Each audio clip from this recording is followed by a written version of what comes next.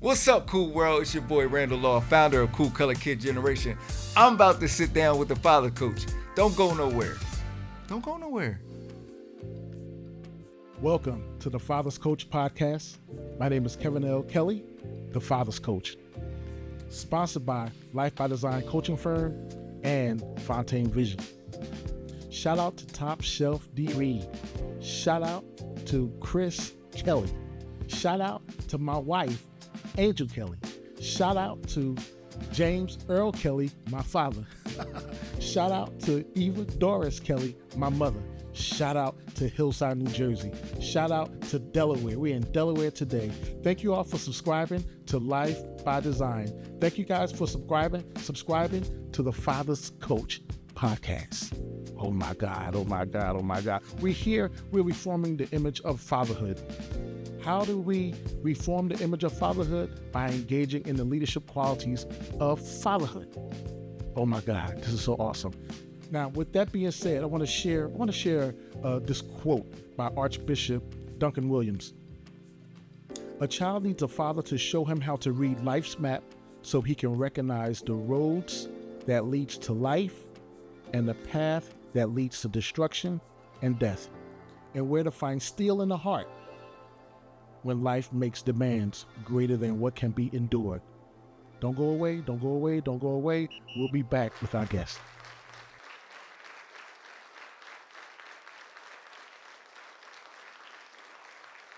Welcome back.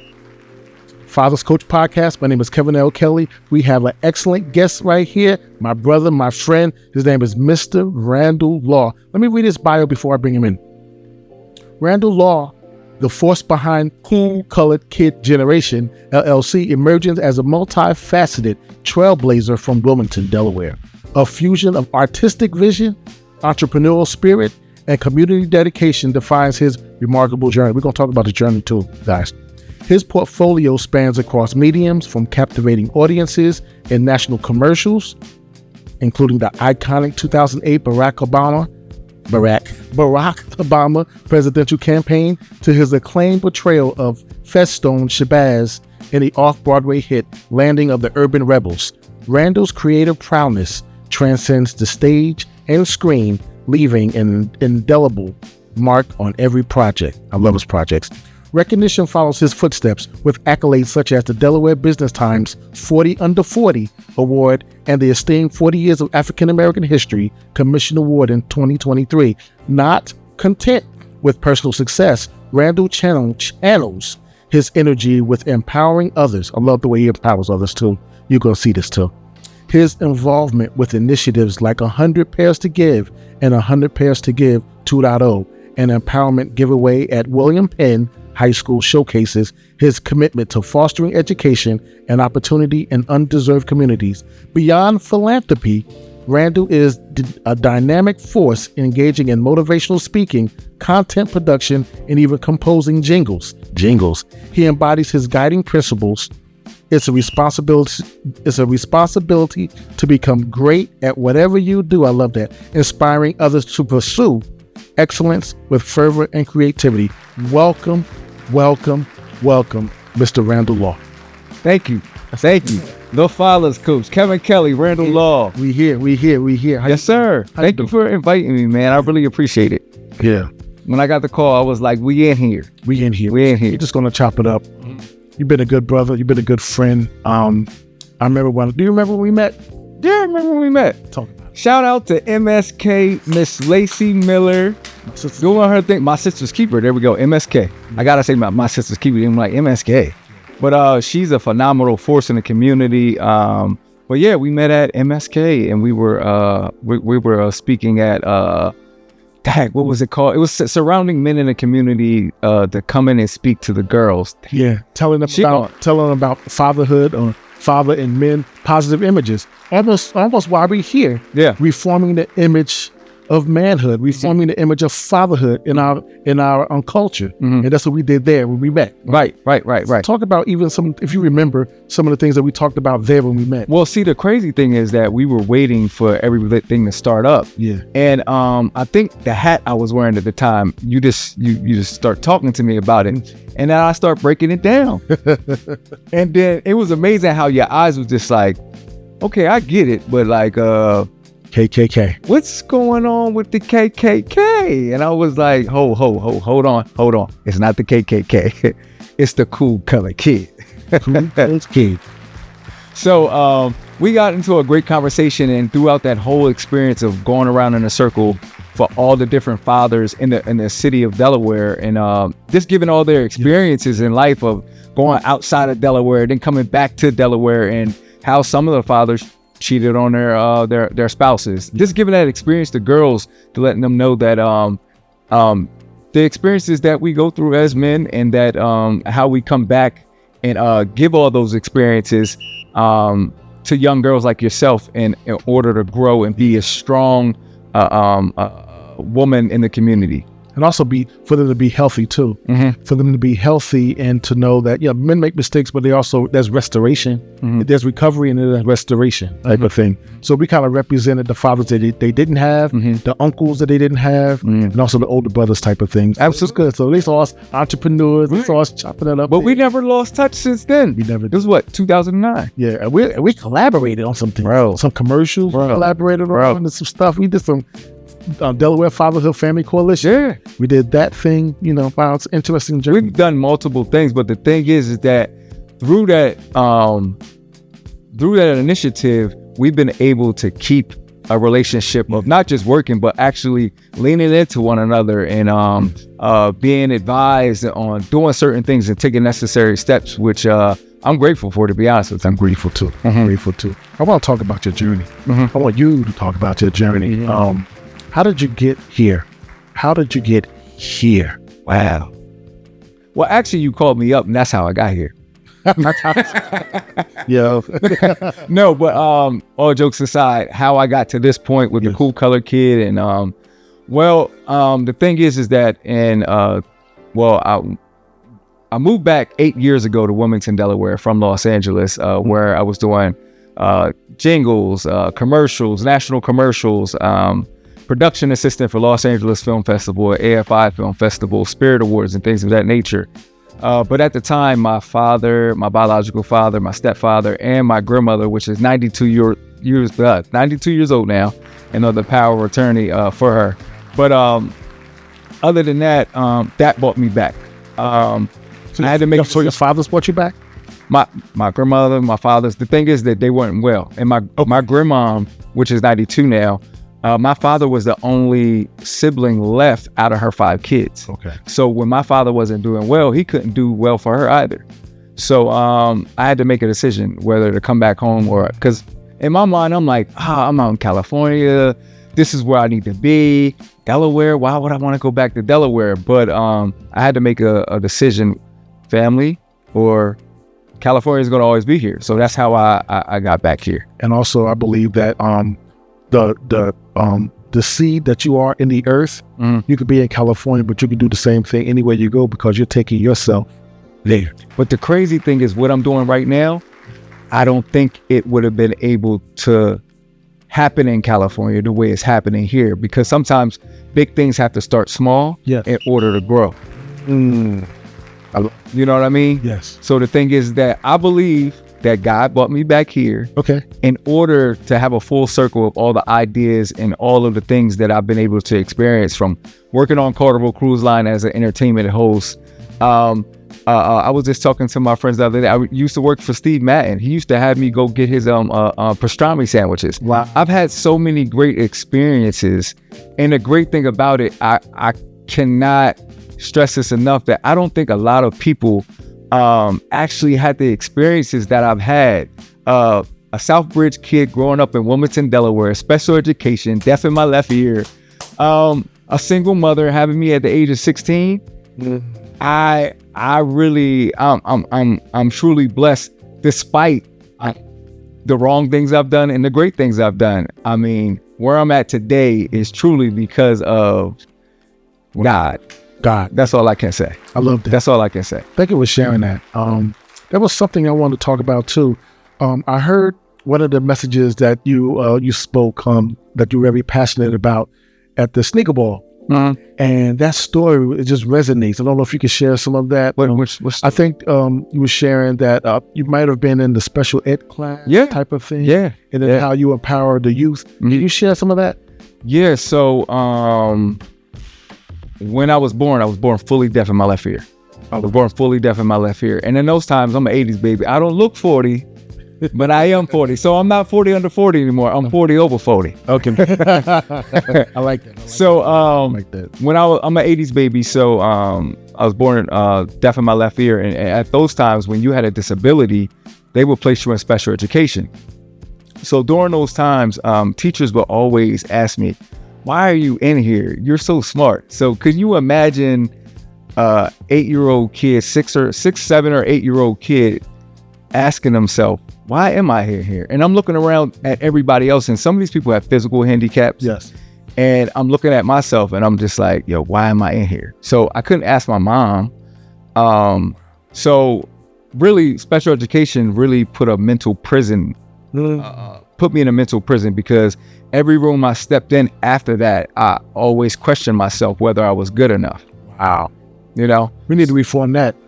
Yeah, there's a lot of reforming in that. When I was with the Metropolitan Wilmington Urban League, which is called the Gilliam Fellows, where they teach you policy. Shout out to the Metropolitan Wilmington Urban League. Shout out.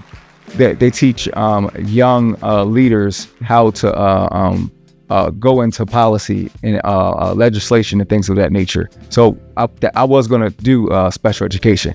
But going back to the story, so with that, as I grew out of special education, you know, throughout high school, I was able to go to Philadelphia Art Institute for Communications and Publishing. And then from there, crazy. And then from New York to Los Angeles and things of that nature. It's funny because people considered you, they counted you out. They counted you out in special ed, but you're actually a genius. Thank you. You're a genius. Thank you. You're a genius. You're a genius. Especially my daughter, when she wears the sneakers, she's like, these are Mr. Randall sneakers I'm wearing. You're a genius. And it's funny because we throw people away. Sometimes we count people out where they have certain disabilities. I know some things that I do is sometimes what I do, some of the kids that I mentor in some of the schools down in Sussex County, I know they have some issues or whatever. But the thing is, I try to find out their uniqueness. I try to find out not only their uniqueness, I try to find out what are their superpowers type of thing. There we go. So there was one guy that, one of the third graders that come in, he seems really immature and younger than everybody else there. And he has some kind of issues, whatever. So I asked him to draw something. I asked everybody to draw something. I asked this young kid to draw something. And this guy ended up drawing something, looked like he might have been 30 years old. A 30-year-old type of product that this guy produced in like 5 minutes. In 5 minutes. So they were sent to me. He was sent to me like almost like an at-risk type of thing. But I shifted my whole program to a leadership program. It is not for at-risk kids. These are for geniuses. You know, how about this? I'll let you go in a second, but how about this? ADHD. There's so many kids who have ADHD. There's so many adults who had ADHD and they end up being Einstein. I forgot the list. I wish I'd have brought the list. I'm going to share it with you. So the people that we kind of throw in those rooms on the third floor in some schools or whatever, they're actually geniuses. These actually, we need to find and hone in on their talent or their giftings. Well, there's so many different levels of special education, which you don't know. And that's when you talked about that reform. The thing is that with kids when I was growing up, special education was just like, oh yeah, he on a sweet pickle bus. He's a short kid. He's stupid. He's dumb. But the crazy thing is that there's so many different levels. I might learn faster than you. I might learn slower than you. Sometimes I may need a little bit more time than you. A little more support. But the awesome thing about special education kids is that the simple fact is that they have a higher IQ than mainstream students. Exactly, they do. They do. And I think people start to understand that now across the board. And that's why they bring in people like us who are qualified and trained to recognize that, especially when it comes to African-American kids, male and female. So Life by Design coaching firm goes into going to these schools, and we do a mentoring program. We do a mentoring leadership program, not just behavior modification type program. Right. You know? Wow. But I want to know, some of your successes, because you are a success. You are a success. You're a pillar in this community, not just this community, but also in California. I know you're a pillar, but you're a pillar here. And because you're a pillar in the community, I want to know some of your core values. What are some of your core values or your guiding principles that make you who you are? Because you're a powerful man. So and you're confident in who you are. So what the crazy thing about that confidence is that I have to continue to remind myself that too. Despite accolades, despite no matter how much individuals tell me that, hey, you're doing great things, I have to continue to remind myself, because each and every day I have to continue to renew my mind to say, I am powerful, I am strong, I am more than a conqueror. I have to continue to remind myself this every day. Affirmations. But the great thing is I have to continue to believe those affirmations too. I have to continue to believe them. In the game. I want to share something with some of my audience. Get some affirmations. If not, reach out to us. Reach out to the Kool Kolored Kid Generation. And we'll give you some affirmations, because we want you to get in the game. Let's get in the game. We want them to get in the game. Get in the game. Because I know you're in the game. So with your Kool Kolored Kid Generation, how did you come up with that name? Okay, so I'm gonna make a long story short. You can make it long. Okay, I'm gonna make it long. All right, cool. So here we go.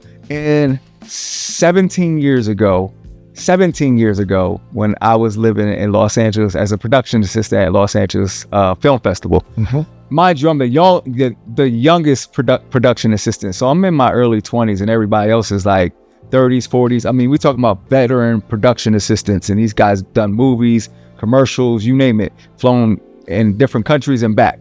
So they were like, what would you name a band for shock value?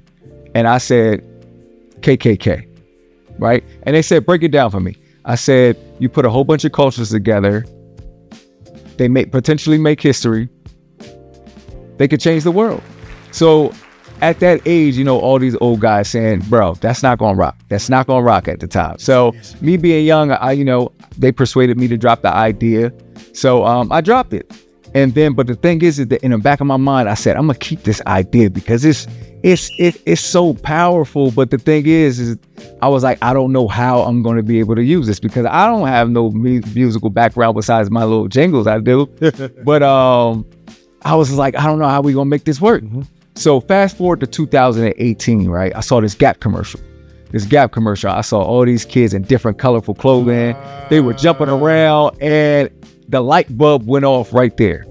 It was like cool, colorful kids. So my friend, which is still my friend today, and now he's seeing what's now happening. He was like, that's not going to happen. No parents is going to buy their kids KKK. He was like, I can't see that. I can't see that at all.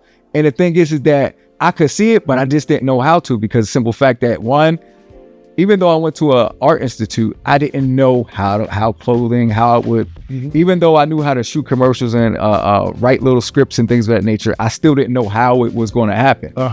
But I was just like, once again, he persuaded me to drop the idea too, because one, fear set in, because I'm like, all right, cool. Who are you to take on the KKK? And then two, who are you to empower when you don't even know how to empower yourself too? So I was just like, all right, cool. Go ahead. You was gonna say something? It's more than apparel. It's a message. It's a message. It's more than apparel. It's a message. What's the message? What's the passion behind it? Okay, so the passion behind it, the Kool Kolored Kid, the passion behind it is for you to not look at the case. It's not about the case. Look what comes after it. And when you see what comes after it, you'll end up seeing change. It's simply change. So you want to change the world? Change the world in all shapes and forms, mentally, spiritually, physically, emotionally, through music, through art, through entertainment, and so many different other ways that no one has ever thought of though. I seen that change. I seen that change at the 2.0 at 2.0? 2.0. I see that 2.0, and I was like, wow, the effect that you had on the youth there. I mean, you had them rocking. It's like, I don't know, when you grabbed the microphone, it was like you turned up times 10, and the kids was jumping, and they was like, yeah. You was empowering them in school to get the education, and you was giving them products. We'll talk about products a little later. But can I ask you a question? Yes, you can. Real quick. What did you think about it when you first heard it?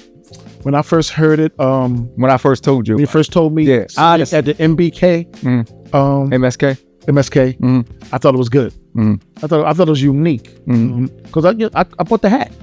Bought the hat. I think I got 2 hats actually. I think I got 2 hats and I got sneakers. So I thought it was unique, and what I loved about it was it was different. Now I'm blackity black, so I'm blackity black. So I'm blackity black. So I watched that. I was like, oh wow, I know other people's going to be offended and everything by the KKK and everything, but it's a conversation piece. It's a conversation. It's a conversation. But it's the passion. That's why I asked you earlier. It's the passion behind it. You have passion. And I wanted that to come out rather than just being apparel, whether it's being products. You're not just pushing gear. Yeah. And I hope I'm not cutting you off. The crazy thing in 2020, when this came out, I was up against so many other apparel brands. Yeah. Because it was a pandemic. A lot of people getting pandemic money, so they coming out with different shirts. And the thing is that I constantly asked myself, I was like, how can I be different? I gotta be different. I just don't want to be this print. Like, I'm always trying to find ways to be different. And the thing is that sometimes I don't even like the stuff I create because I'm just like, this looks like that. I don't want that. I need it to be different because this is different. You know what I mean? Here's a faith moment here. You were made in the image and likeness of God. We all were made in the image and likeness of God. I knew you before I formed you in your mother's womb. That's unique all day. Right. That's unique because that's unique. You know, it doesn't matter if anybody else liked it. And that's what we're sharing with other kids. Be unique so that everybody's not riding with you. You may not need everybody to be rocking with you, riding with you right now. You probably just need to sit somewhere and just develop. And just develop the product or develop yourself. Right. You know, that type of thing. So that's the first thing I thought when I saw it. I was like, I wasn't offended. I was like, oh, that's cool. Yeah. And I wore it a couple of times. People were silent, trying to figure out what it was. Like, ask me, I'll tell you. But I had to educate myself too. Yeah. I had to educate myself in order to take this journey too, because the thing is, I had to look into the KKK. I had to look into where it all started. And then I had to look into some other thing like Adolf Hitler. Like, a lot of people they don't know what the swastika, where its original orientation started. Like, the swastika is a symbol of peace. You gotta think Girl Scouts of America started with it. Coca-Cola adopted this symbol at one point. This is before the late 1930s. After the late 1930s, Adolf Hitler chose to change that symbol of peace to a symbol of hate. So I looked at that and I was like, if he could do it, why can't I? The statistics say, well, history says that he was Jewish. Crazy. He's hating himself. So he's hating himself. Hate that part of himself. Wow. So I want to go back to the core values. What's some of the core values that helped you in success? Because you're successful and you're doing all these different things. You're doing commercials, you're doing the jingles. Like what are some of the core values, the guiding principles that keep you focused? Stay consistent. Okay. Consistency is my thing. Like, it's you have to be, but also giving myself space and grace to be able to pause too. Can you tell them, please? I got to give myself grace and space to be able to pause. Like, for the past 3 weeks, I paused on social media. I was just like, I gotta hear something, because what I'm about to go into is about to be bananas. Like, we get ready to shake up the world. Glad we got you here before you shake up the world. Wow. So please, I know you shared some about your entrepreneurial journey. So you are also in the community. You're an entrepreneur. Your father. Yes. On the Father's Coach podcast. Yes. So how do you balance being a father with all this level of success that you are experiencing? The crazy thing is that with being a father, because my father wasn't there, it makes me like, I have to be there. And the thing is that I don't really use the word balance, because I believe it's just like how my mom used to say, because all my other friends, they used to get paid to do their chores. My mom was like, This is called family. Why am I paying you to do chores? This is called family. This is how family does. This is what we do. This is how families operate. And the thing is that me operating with my daughters, each and every day I'm learning. Do you have two daughters? I have two daughters. My lady had a child by a previous relationship, but I consider her mine. She's my daughter. I'm rocking with her. She's 17, junior in high school. She getting ready to go to college. Very smart, very intelligent. We just came back from DC this past weekend at the National Black the museum. I always mess it up. Well, I got the T-shirt though. I look at the T-shirt, see what it says. Yeah. But other than that, yes, my core values are consistency, and also with being a father. This being consistent, if I could put so much time into my brand, but not put time into my daughters, I don't want to be able to come home after I'm done working on my brand and my kids don't know me. This is something. That's something. I was in I had a meeting. I was in a meeting when Delaware Fatherhood Family Coalition, DFFC, was in motion. They're no longer in existence. But the funny thing is, there was a Delaware Fatherhood Family Coalition. It was for fathers, training fathers, helping fathers to be good in the community, good in their home first, right? So we was having all these meetings, we have all these events and everything. And I realized, wait a minute. I'm going from meeting to meeting, event to event. I got to slow down, like you said, pause, so I could be a father to my daughter. So sometimes we can get so inundated. We can get so inundated with stuff, activities, and things that make us feel good about ourselves and other people when we actually don't spend time with the people. I'm a father, so I got to spend time. I got to spend time being a father. I got to cultivate that relationship more and more and more. Mm. And so I was in the meeting. Right? Mm. And it dawned on me, this is a fatherhood meeting. Mm-hmm. I need to be with my daughter. Mm-hmm. And another quick short story I want to share too. It was during the pandemic, right? This was during the pandemic, and we were meeting, in person. Mm-hmm. So we had all the Zoom meetings, board meetings, and everything was Zoom. So we had all the Zoom meetings, right? And so my daughter came to the door, and I had Zoom there. So she came to the door, and she was like, "Hey, Dad, I need you." So I looked at her. What I had to do was disengage. I disengaged from the meeting and engaged her because I'm a father. Mm-hmm. You saw my consistency. So I want to share that with all the men and all the fathers out there. I want you, we could do good stuff. I know we're all good fathers and we're working hard and working a night shift, making things paying off the mortgage and all that kind of stuff. But make sure you're spending time with your sons and your daughters and your godchildren too. I think it's superhero syndrome. I mean, being from a single parent home, the thing is that I really had to go to like the GQ magazines, the men magazines. When I would go to the Barnes and Nobles, or back then they used to call Borders. I used to go to Borders. And I would go to the men's section, and the thing is literally how to shave, how to do a tie. I really looked at those magazines and I looked at those men. I was like, this was the men that I wanted to be like. And I said, I read it through.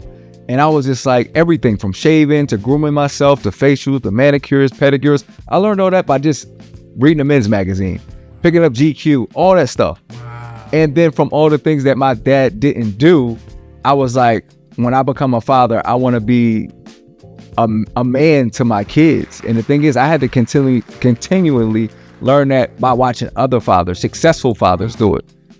Like, I didn't have anybody to say, hey, this is how you do it. Boom, boom, boom. It was like really diving in and looking at magazines. So you was actually being intentional. This was before I had kids though. Yeah, but you were still being intentional.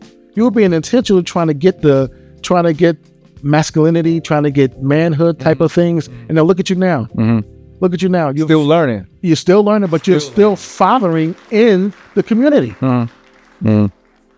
You're being a father to those kids by doing all the activities and the other. We're gonna talk about those other things that you're doing too. Mm-hmm. I saw it on social media. Mm-hmm. I'm watching you. Well, you didn't like it. I did like it. You didn't like it. I shared I'm it. just joking. I shared it. But the deal is, you're doing all those things that you didn't have in yourself. You're doing it for a plethora of students. Mm-hmm. And I think you're gonna have an event coming up soon that you're gonna have 4 districts there. 4 districts. Think about the impact that you're making, the impact that we're making We're not just selling product. We just don't want people to buy our books and our mugs and all these kind of stuff. No, we want to make an impact. We want to make an impact. But that stems from my childhood too. That stems from my childhood with Storm and Norman Classics. Like each and every year, every summer, they would have this sporting event where every summer, I remember kids from different hoods, South, West, East, North, we would all get together and be like, yo, you going to the Storm and Norman Classics this weekend? And what was that? Storm and Norman Classics was a basketball tournament every year. You're not from New Jersey, right? It was basically like a whole basketball season just for the summer. Oh, wow. And then you win a championship. But it was basically like kids from different hoods, West, South, outside the hood too. We had kids from private schools that wanted to come in and be a part of this because it was so well known. And the thing is, when I came up with 100 Pair to Give, is that I wanted to do something outside the box, but also be that event where kids say, where is it at this year? What is he giving away this year? How can we be a part of it? I need some of that juice before I go back to school. Get in the game.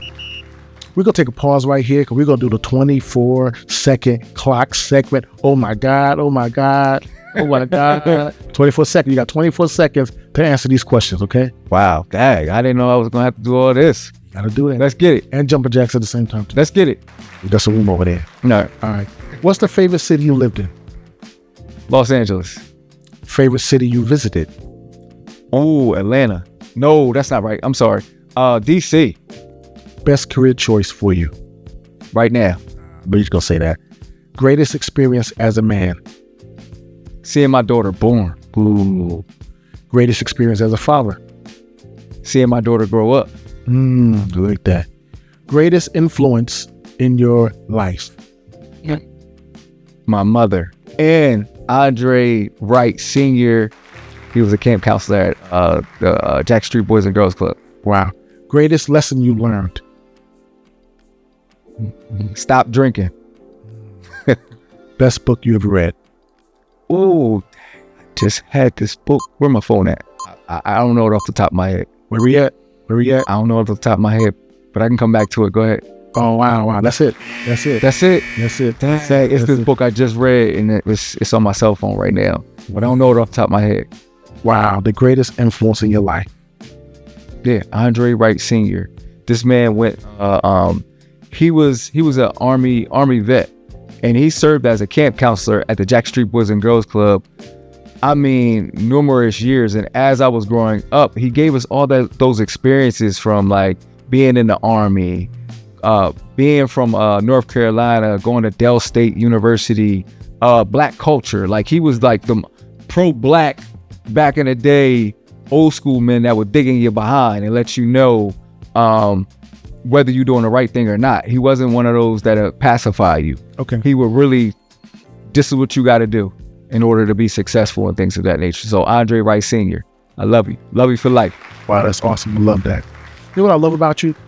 You are, you grind, and I don't say that in a negative way, because I know there's a book that I read years ago called Grace Over Grind. Like grace to do what you're called to do type of thing. You have to grind, right? Because the blessing of the Lord make rich and adds no sorrow. But I see a person like you, because you're in so many different areas and you're on fire. I see you on fire, but there's a peace about you. I think that's unique. And that's daily work, though. Yeah, I think we all have to do the work. And that's the crazy thing, guys. I never knew what the work was, though, because I would look at all these other successful men, right, and they would be right in front of my face, and I'd be like, "How did they get there?" They would tell me their life story of like all their trials and tribulations, being locked up, coming out of jail, doing all these things. But I was like, okay, you're already there. How do I get there? But to see, the thing is that I kept on trying to figure out how to get there instead of just working on the things I had right in front of me. Wow. Right? Yeah. You know what I mean? I believe you. There's a lot of things that we've tried and rebuilt. I built some things starting in 2003 with my entrepreneur journey, right? And I saw some things and I didn't measure up to what I was looking at. But what do you mean by that? Because I wanted things. I wanted, the property to flip faster. Right. I wanted things to do all this faster. And then I realized, wait a minute, this message was for me. This journey was for Kevin Kelley. It was for Kev.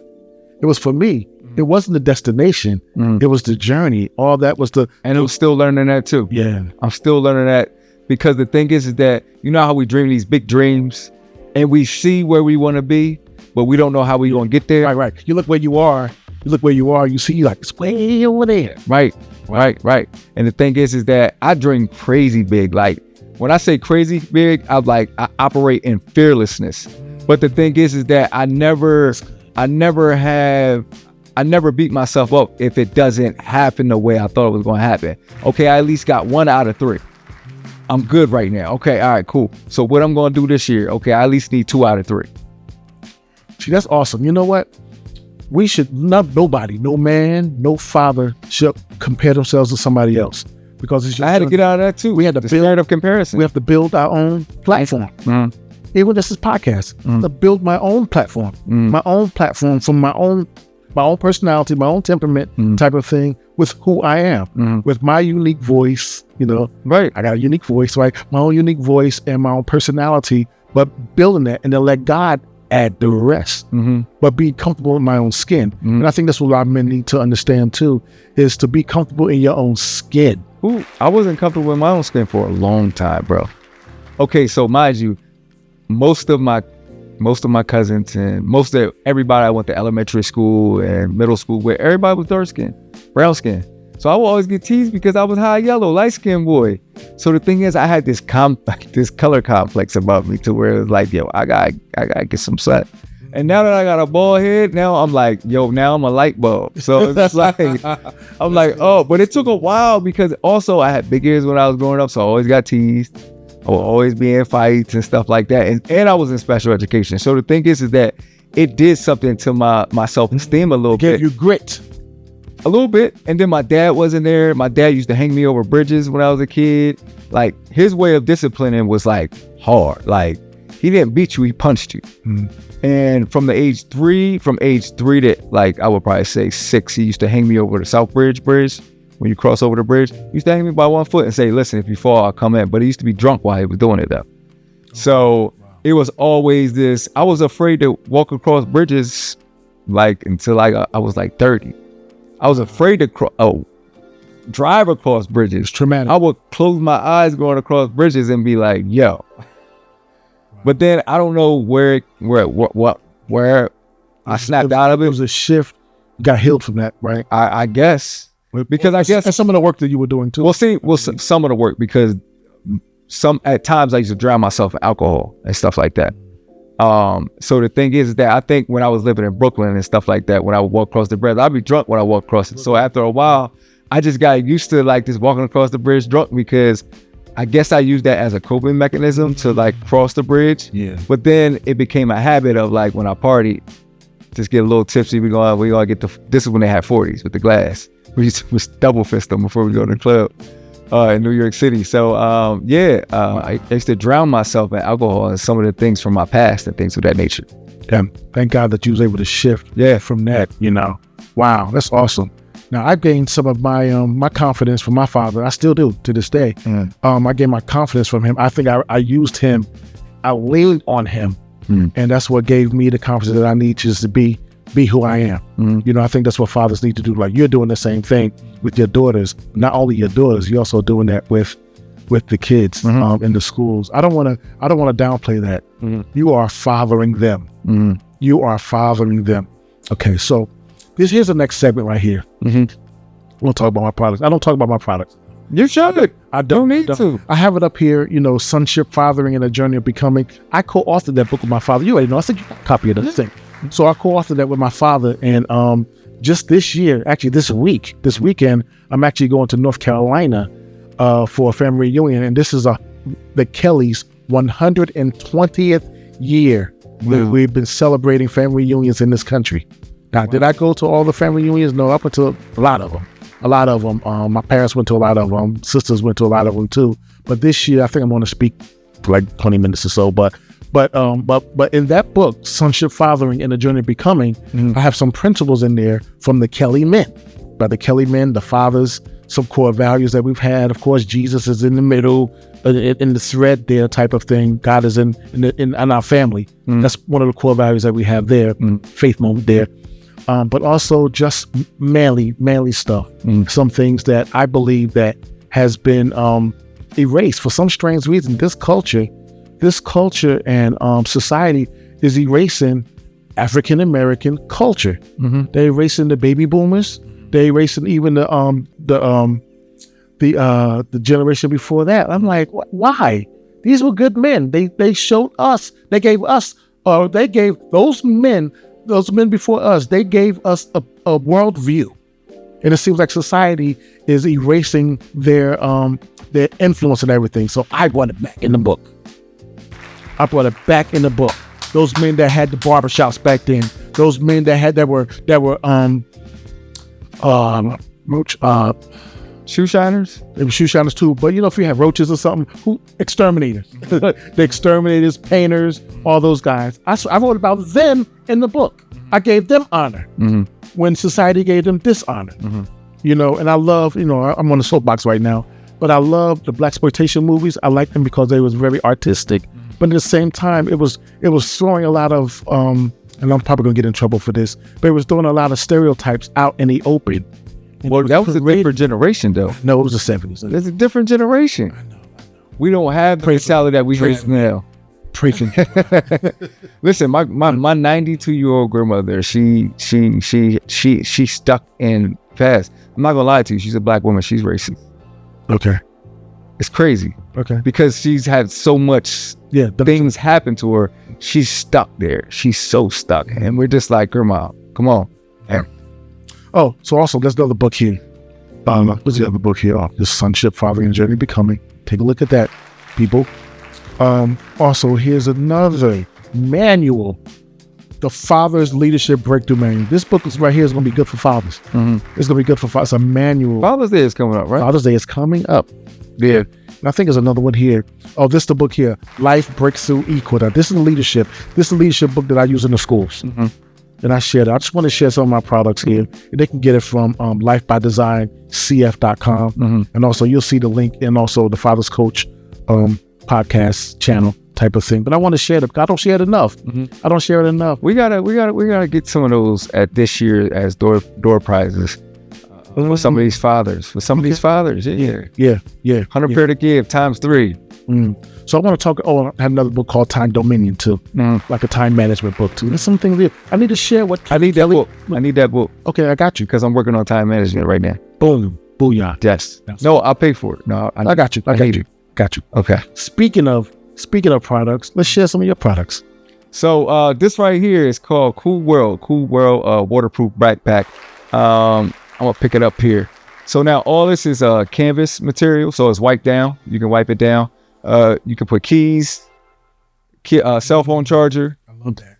Put your cell phone, put keys in this pocket. If you zip this, a waterproof cell phone pocket and some other things in there. Waterproof. You can take it to the beach? You can take it to the beach. Only thing that's not waterproof is this part right here. So for our 2.0, we're gonna work on getting this waterproof too. But for the back part, the biggest electronic you can fit in here along with books is an iPad. So this is waterproof. This is Cool World, stands 2 feet tall. It can hold up to 15 to 20 pounds and things of that nature. So this is out at this time.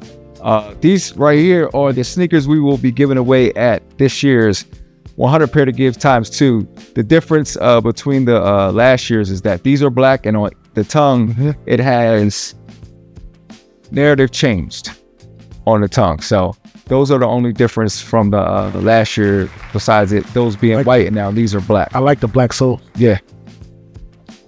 So yeah, we also have hats, t-shirts, hoodies, backpacks, pins. We're working on stuffed animals. We're working on journals and things of that nature too. We're also working on art.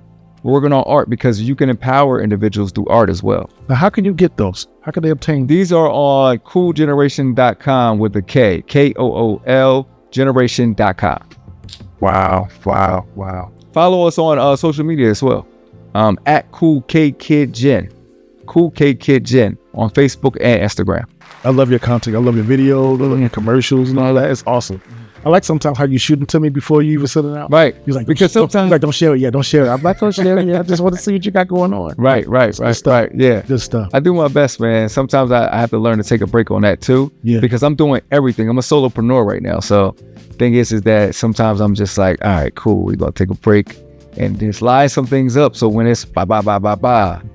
What I love about your business too, that it's like you're an entrepreneur and also you are you do a lot of stuff in the community. You merge the community initiatives with your business, and then you get the partnerships and everything. I love that. So I want you to give my audience actually a parting word or of encouragement, because I know you filled up. You're filled up. You got so much oil in you, and I want you to give some of that oil and juice to our audience. It could be to adults, it could be to youth, anybody. Here's a little oil. Continue to have faith in yourself. Continue to inspire those around you to continue to empower yourself daily. Continue to learn or use your creative gifts, talents, and abilities to not only empower yourself, but empower everyone else and your community. Bring friends along with you. The thing is that Kool Kolored Kid is not just for kids. It's also speaking to the kid inside of you adults as well. Because the thing is, life can throw so much at us that we can lose that kid inside of us. So don't lose that kid inside of you. Thank you all for tuning in to the Father's Coach podcast. We want to thank Mr. Randall Law for coming and joining in and sharing with us. And definitely, I just love being here. I love chatting it up with our guests, and especially today, he's my friend. I think my daughter actually sees him as an uncle type of thing, but we want everybody to subscribe to the podcast. We want you to like. We want you to also add into some comments, add some stuff in there. We'll follow up with you. We love you. See you soon. See you next week. Take care.